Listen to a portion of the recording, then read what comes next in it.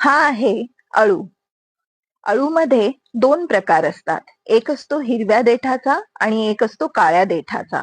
तर हा आहे काळ्या देठाचा अळू. याचा देठ पूर्णपणे काळं आहे. जो हिरव्या देठाचा अळू असतो तो खाजरा असतो, म्हणजेच तो खाल्ल्याने घशामध्ये खवखव होते.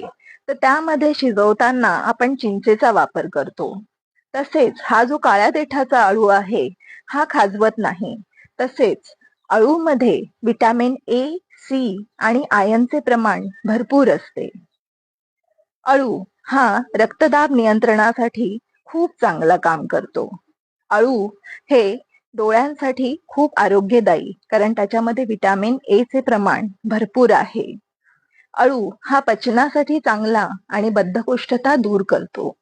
अळू हा आपण भाजी स्वरूपात किंवा वड्यांच्या स्वरूपात खाऊ शकतो. तसेच अळू हा त्वचेसाठी खूप चांगला.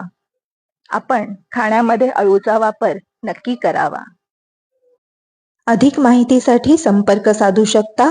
आयुर्टच Ayurvedic clinic and Panchakarma centre, Pune.